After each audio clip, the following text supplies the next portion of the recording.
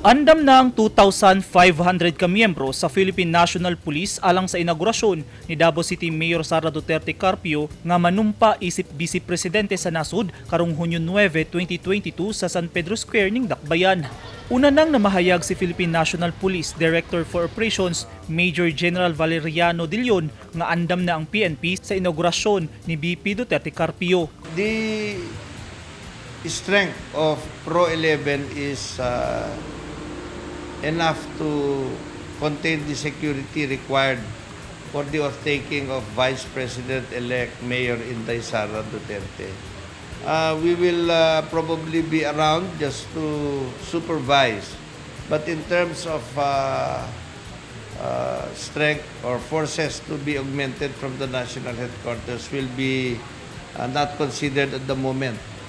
But we will be providing everything from traffic to intelligence to presence of our forces. We are preparing around 2,500 yung rough estimate na mag-cover sa security coverage sa inauguration ma'am, no? And kagahapon ang Police Regional Office 11 has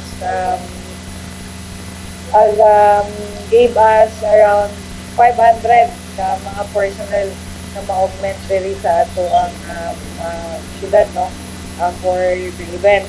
So, yung rough estimate namin ngayon, as of today, is 2,500 yung provide natin for, exclusively for the event.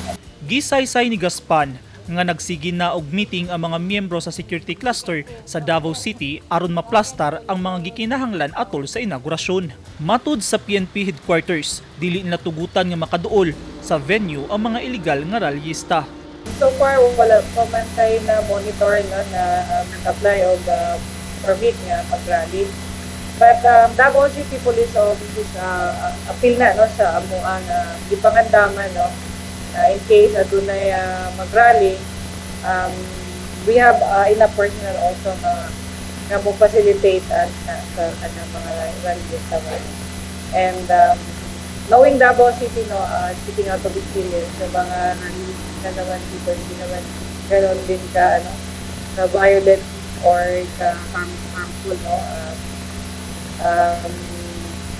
Discipline naman sila. So,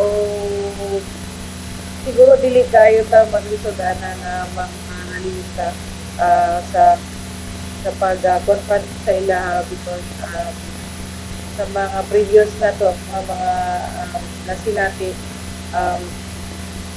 ma-control naman nato.